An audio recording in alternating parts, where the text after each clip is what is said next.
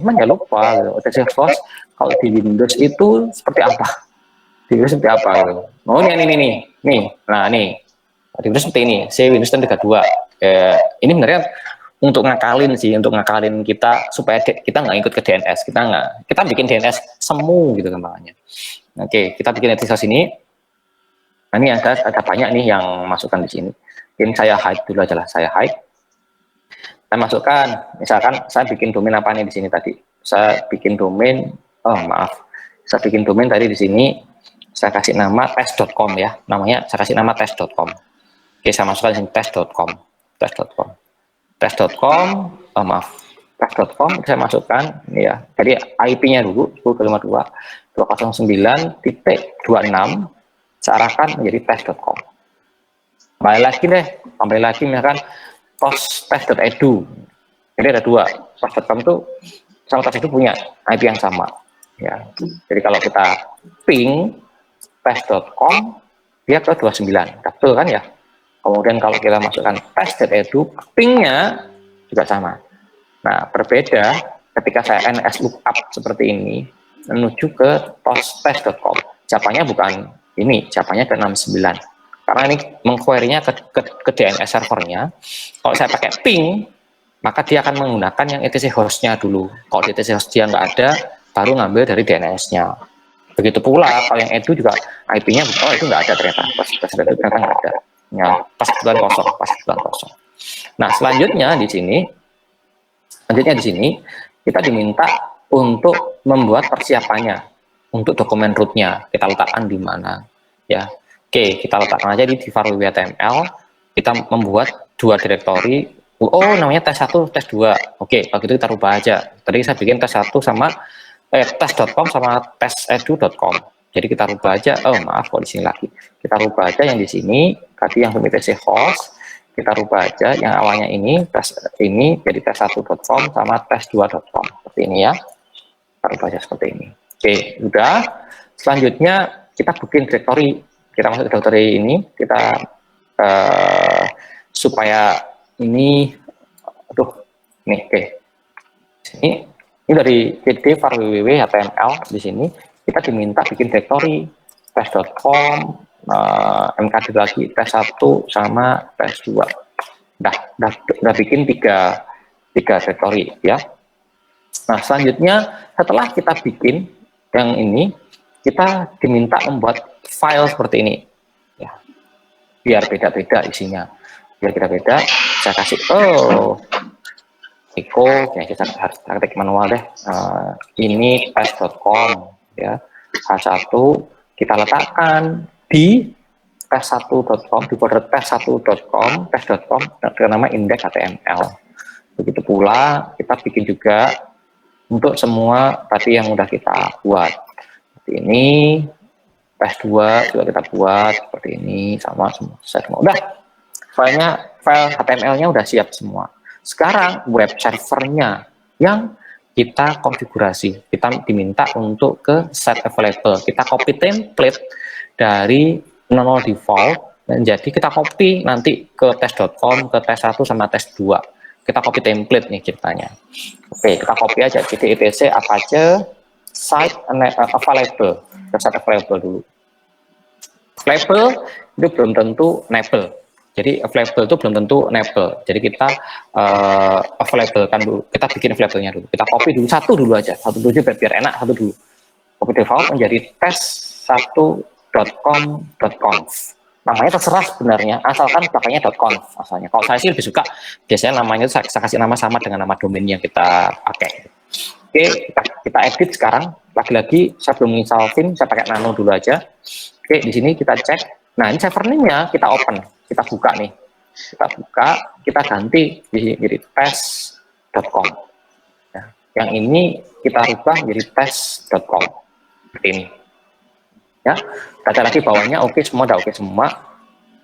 Kita cek, tadi biru ya, ini harusnya tes.com, harusnya tes, bukan tes1, tes.com. Kita rename, kita ganti karena saya salah copy. Nah, sekarang kita copy tes.com menjadi tes1 dan juga menjadi tes2. Oke, sekarang saya punya 3 file, tes.com, tes1, tes2. Tes1, tes2, tes1 itu belum saya ganti. Saya sesuaikan sesuai dengan isinya kan. Lanjut itu Ctrl X, yes. Begitu pula dengan yang 2 sama juga, saya juga editnya saya rubah tes2 juga, ini juga saya rubah tes2 juga. Ini selesai. Nah, ini kan available ya, ini available. Kita cek, kita ada available, ya ini set available sama enable. Nah, yang tersedia kita akan aktifkan, karena kalau di set enable ini tuh belum ada, belum muncul, tadi tesnya belum muncul, maka kita perlu enable kan, pakai enable site. Nama filenya tadi apa? Test.com kan.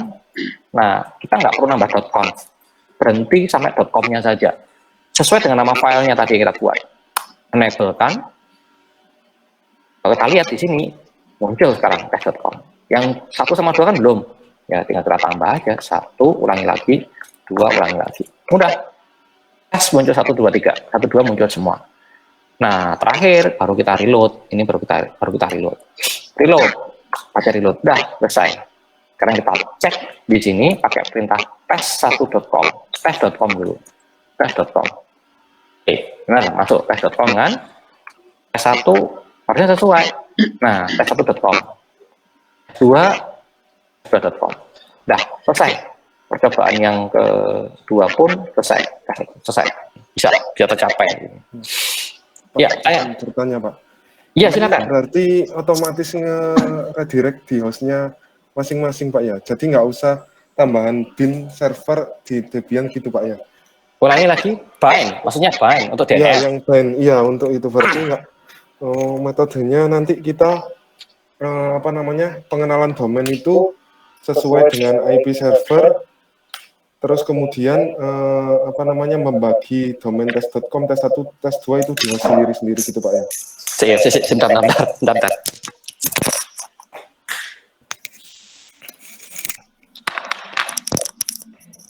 Oke, saya paham maksudnya yang ditanyakan tadi. Jadi kita di sini kita nggak bangun DNS. Memang idealnya domain itu areanya aplikasinya adalah DNS ya. Tapi kita nggak membahas DNS hari ini. Jadi otomatis ya kita bikin DNS lokal yang kita tanam di laptop kita. Jadi otomatis yang tahu tes.com ini hanya laptop kita doang. Yang lainnya nggak tahu gitu loh. Makanya kita tadi menggunakan etc host. Jadi kalau tadi kita mau merubah di Windows ya tadi di sistem 32/host itu tadi yang kita modifikasi gitu. Ya, itu mengarah ke servernya gitu Pak ya? Iya. Ya, siap. Tadi kan ke 20962 tadi. Ya. Oke. Ada lagi yang lainnya?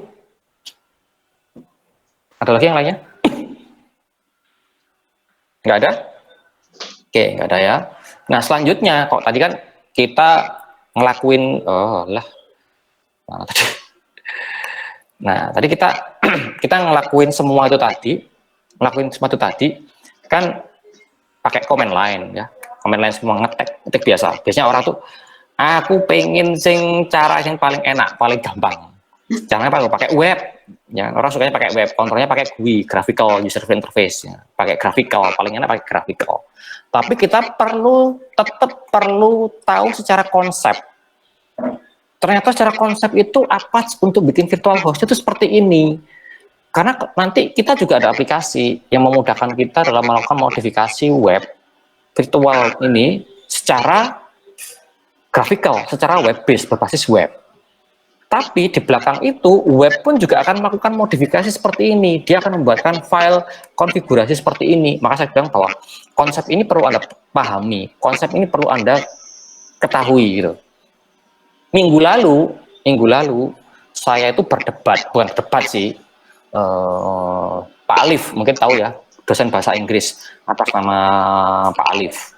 Nah ya, Alif siapa sih namanya, lupa namanya. Nah Alif Faiz ini dosen bahasa Inggris yang kebetulan dia ngelola domain ini P3M. Ini yang ngelola kontennya Pak Alif, dosen bahasa Inggris, tapi dia punya skill ngelola ini P3M sama P3CC. P3CC kalau nggak salah juga PA, pasti saya lupa PCC atau PCC, PLCC saya lupa. PLCC kalau nggak salah, saya lupa lah pokoknya. Kalau nggak salah ini PLCC ini, iya benar PLCC, itu Pak Alif yang ngelola. Nah, kemarin itu domainnya web servernya itu rusak. Web WordPress, pakai WordPress dia rusak gitu. Nah, web servernya dulu yang ngelola itu bukan saya, admin yang lama gitu. Diserahkan ke saya dalam kondisi rusak. Dandanono Pak Idris, duh lagi. Nah, dia pakai namanya CWP, CentOS Web Panel. Nah, CWP ini. Kalau yang berbayar namanya si panel. Kalau ada pernah dengar namanya si panel. Nah, si panel ini berbayar, ada lisensinya. Kalau yang mau gratis itu pakai ini CWP. CentOS sendiri itu distro Linux yang udah end of life, udah nggak dikembangkan lagi sama produknya. Ini kalau nggak salah produknya Red Hat kan, dia namanya Red Hat, dia udah nggak dikembangkan lagi. Maka ya ini CentOS 8 nanti ya udah selesai dia. Tapi CWP itu masih ada, masih penggemarnya itu banyak. Nah, salah satu yang bisa digunakan untuk bikin untuk mengadministrasi secara web itu ada CWP, ada lagi Webmin, Webmin ya, bukan Webmin, Webmin, ada lagi ISP-config, ini juga bisa digunakan untuk memodifikasi itu. Nah, ini yang di sini, ini ada ISP-config yang dipakai. Nah, ini ada bisa CentOS, bisa Debian, Fedora, SUSE, dan Ubuntu, ISP-config ini. Nah, fitur-fiturnya itu manage single atau multiple server from one control. Jadi kalau kita punya beberapa server, itu bisa kita cluster. Jadi contoh kayak tadi saya punya PVI ini ya, punya Proxmox virtual environment ini, saya punya beberapa mesin, tapi saya cluster. Jadi cukup satu, saya nggak perlu buka satu-satu. Jadi ini kalau mau migrasi ke sini itu enak. Jadi fiturnya itu. Jadi saya bisa multiple server.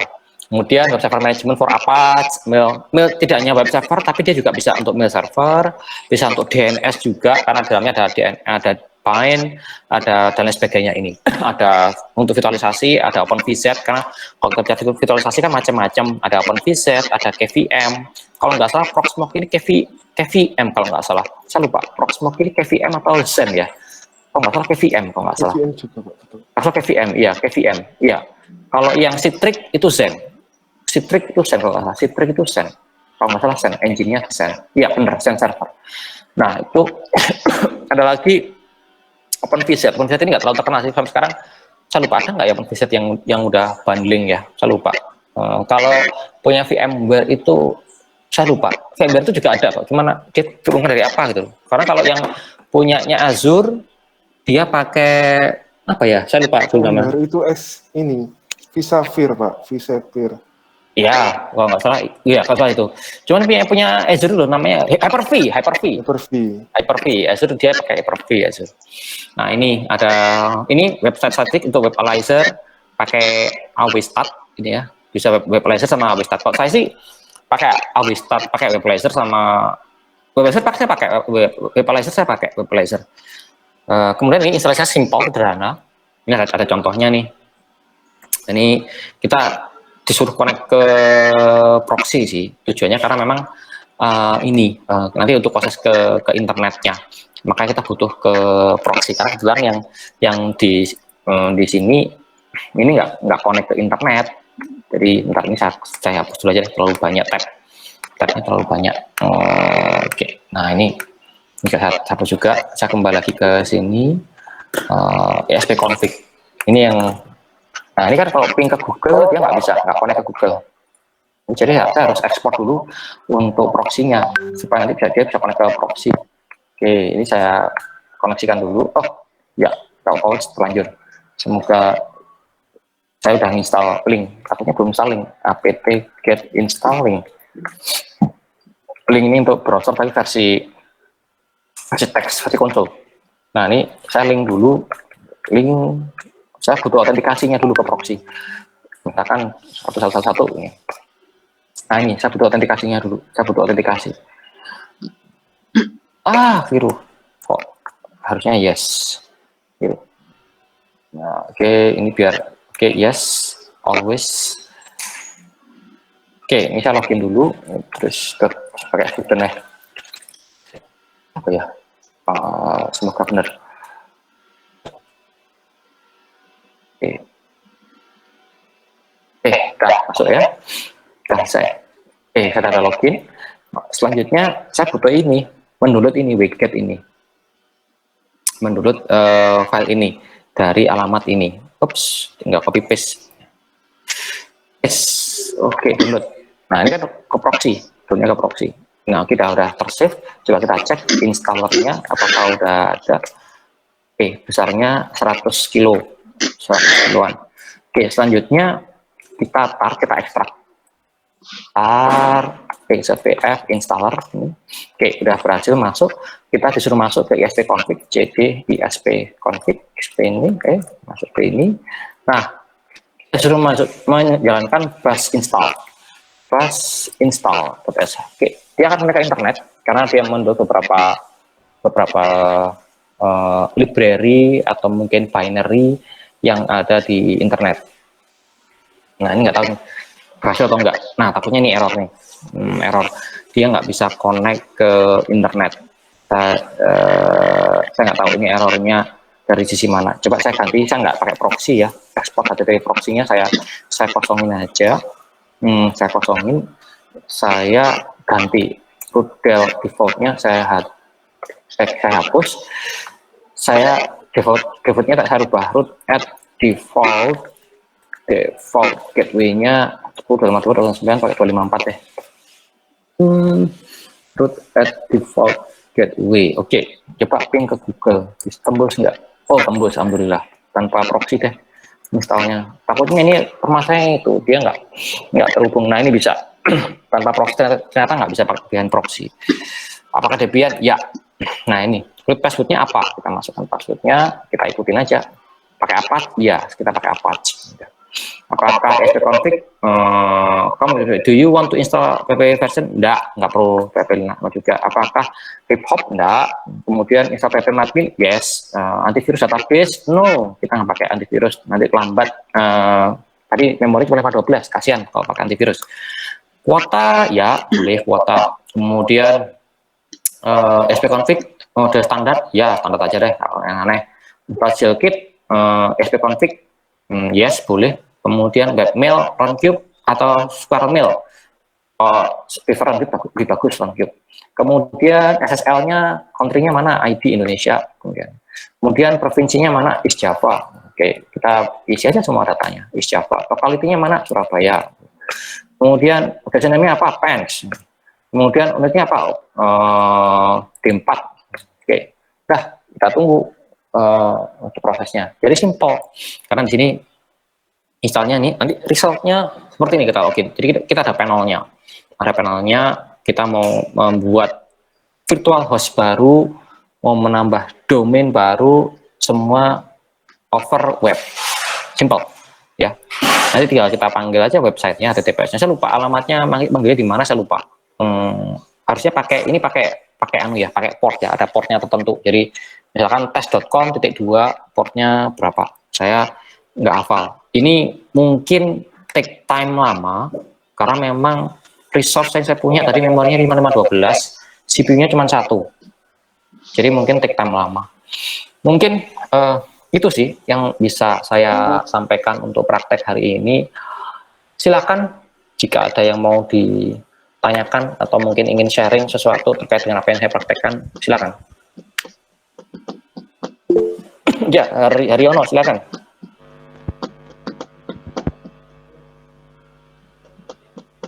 Halo, Haryono? Suaranya kok kurang kecil? Kecil banget suaranya. Aduh, nggak dengaran. Aduh, suaranya mendengung suaranya. Mikrofonnya kata. Halo? Iya, boleh. Ditulis saja boleh. Karena mikrofonnya mendengung.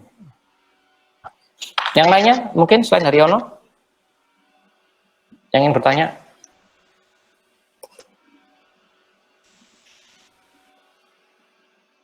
Halo? Ada yang mau ditanyakan ke saya? Masih belum, Pak. Iya, oke, silakan. Sebutkan namanya. Saya Ardian ya Pak. Oke, Ardian. Izin bertanya, ini nanti kalau kita mau praktikum kita pakai apa? Pakai VirtualBox atau ngakses servernya ini atau bagaimana Pak? Oke, kebetulan saya nggak menyediakan resource yang ada di Pens ya. Saya nggak menyediakan resource yang ada di Pens. Bukan enggak sih, tapi belum. Saya belum sempat menyediakan. Pengen menyediakan, cuman kalau jumlahnya 68 mahasiswa, saya juga mikir-mikir juga, resource-nya Pen juga terbatas gitu kan. Jadi untuk saat ini saya belum punya resource untuk saya bisa share, saya kasihkan ke mahasiswa untuk digunakan untuk praktek belum. Tapi saya pengen banget menyediakan kayak gini, terus Anda bisa login masing-masing. Kan ini kan loginnya saya juga loginnya email kan, login email. Kalau saya login ini pakai AdPens ya, pakai AdPens. Jadi login email, net ID, langsung bisa login seperti ini. Nah, Anda kan udah punya net ID kan, yang @student, @id.student bisa login seperti itu. Nah, itu bisa ngakses seperti ini. Cuman saat ini saya belum ada waktu untuk menyediakan. Ada sih resource-nya, hardware-nya ada, cuman belum saya config ke sejauh ini gitu. Jadi mau nggak mau ya Anda sendiri saat ini coba dulu pakai VirtualBox di rumah gitu. Itu ya. Baik Pak, terima kasih. Oke, ada lagi silakan. Oke, ini cara mendapatkan bagaimana ya Pak? Itu udah dijawab tuh sama Arifudin. Ya di Google banyak kok. Dan dia pakai Debian juga, Debian 10. Yang terbaru 63. Proxmox ini yang terbaru 63 yang terbaru. Dan dia dibangun di atasnya Debian 10 booster, Debian 10. Kalau yang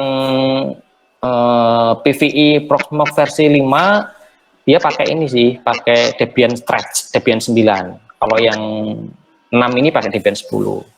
Gitu ya, Haryono. Tapi rasanya jangan diinstal di laptop ya.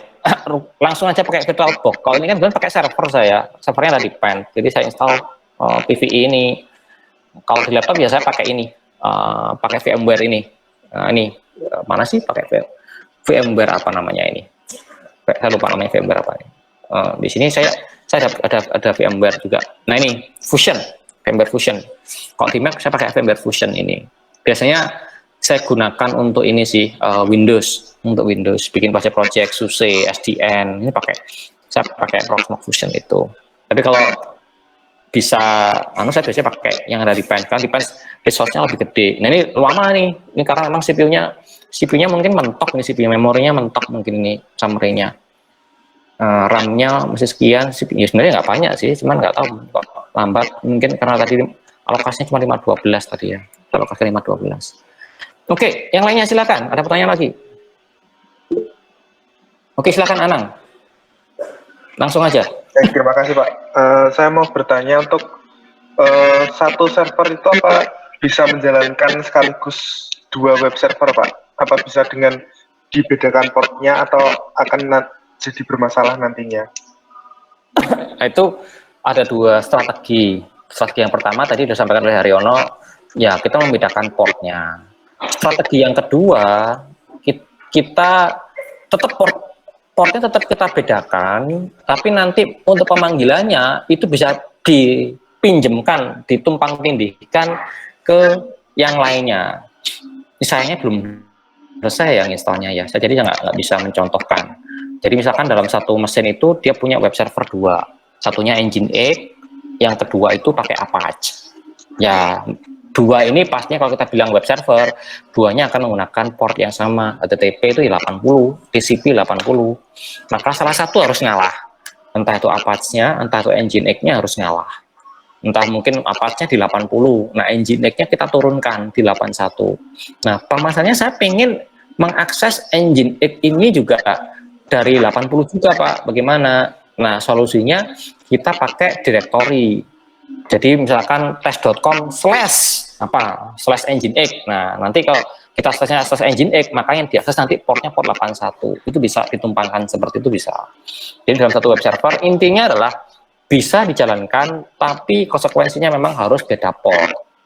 Kalaupun ingin mengakses pada port yang sama, ya port yang bukan 80 nanti diproksi oleh si ini web server yang di 80. Jadi konsepnya proxy konsepnya. Gitu Haryanto kok Haryanto. Ada lagi? Kalau redirect itu publik Pak, tapi publik pun tetap sama. Dari redirect publik pun juga sama. Kita harus memproksikan. Kalau dia pakai 2 proxy ya harus kita proksikan. Kalau pakai 2 web server. Oke, ada lagi? Cukup hari ini? Oke, rasanya kalau cukup kita cukupkan sekian dulu ya untuk diskusinya. Kita ketemu lagi minggu depan. Oh iya, saya lupa. Untuk evaluasi, tolong membuat kelompok ya. Kelompok maksimal dalam satu kelompok 3 orang. Dibuat dulu aja kelompoknya. Nanti untuk tugas kelompoknya nanti saya share, mungkin nggak tahu entah nanti minggu keempat, entah nanti di minggu ke-8, saya nggak tahu. Yang jelas saat ini silakan dibuat kelompoknya dulu. Oke, sementara itu dulu yang bisa saya bahas. Baterai saya juga udah habis, sudah 5%, belum saya cas. Saya cukupkan sekian dulu. Kita ketemu. Oh iya, silakan. Ya, silakan. Kalau kelompok itu pilih sendiri atau ditentukan, Pak? Sendiri. Silakan Anda tentukan sendiri. Saya tidak ngurusin anggota kelompok. Silakan dibikin sendiri. Baik, Pak. Oke, ada lagi lainnya? Ada lagi yang lainnya? Silakan. Izin bertanya, Pak. Ya, silakan. Ini Pak, kan web server itu ada banyak macamnya, Pak. Kalau bisa apa tipsnya Bapak, kenapa kok saya harus beli Apache, pas gimana di channel apa saya harus pakai Nginx, di sini apa saya juga tahu lagi ada JavaScript apa web server JavaScript baru itu yang namanya Node.js juga. Node.js, oke, ya.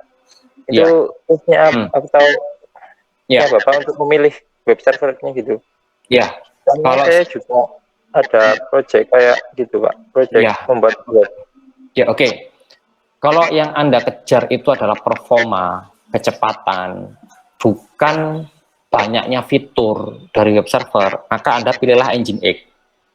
Jadi menurut beberapa paper yang saya baca, Nginx itu lebih perform terhadap speed, kecepatan, itu lebih perform, dan dia integrasi ke beberapa bahasa pemrograman web seperti Node.js, kemudian Vue.js dan lain sebagainya, itu lebih cocok gitu ya kalau pakai Nginx.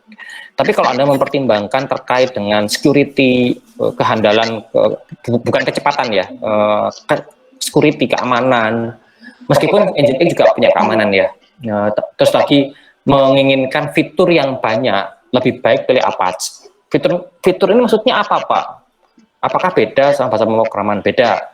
Kalau ini saya belum selesai ya, saya belum selesai coding nih yang di kalau di web server Apache itu dia bisa terintegrasi ke LDAP, LDAP, dia bisa terintegrasi ke CAS, dia bisa terintegrasi dengan Alt Digest, dia bisa terintegrasi dengan user directory dan lain sebagainya. Banyak. Tadi kan saya pakai user directory, itu salah satu fitur dari Apache. Nah, kalau di Nginx itu nggak semewah Apache fitur-fiturnya. Jadi kita mikir apakah kita butuh semua itu gitu. Kalau kita nggak butuh, ya kita pakai Nginx karena memang lebih lightweight, lebih ringan dibandingkan Apache. Tapi saya punya pengalaman ketika saya mengembangkan web server dalam bentuk cluster, dalam bentuk jumlah banyak. Contohnya kayak SNMPN yang saya bangun itu, awalnya saya pakai Nginx. Awalnya pakai Nginx. Cuman akhirnya Nginx saat itu sering down. Akhirnya kembali lagi ke Apache, dan pakai Apache so far sih stable ya. Cuman saya mungkin ada salah satu tuning di Nginx yang memang kurang pas mungkin, karena kan bedanya Nginx sama Apache itu untuk terkoneksi ke PHP itu beda caranya. Kalau di Apache itu PHP-nya berupa modul dari si Apache-nya. Berbeda dengan Nginx. Kalau Nginx itu untuk terhubung ke PHP-nya itu ada 2 cara. Yang pertama pakai soket, yang kedua itu pakai ya sama-sama soketnya sih, sama-sama soketnya. Jadi seolah-olah pisah. Jadi seolah-olah PHP-nya itu suruh bikin service gitu. Nah, servisnya untuk akses servisnya itu pakai 2 cara. Melalui portnya, dia di PHP dipaksakan untuk open port, untuk buka port, atau si PHP-nya itu suruh buka soket.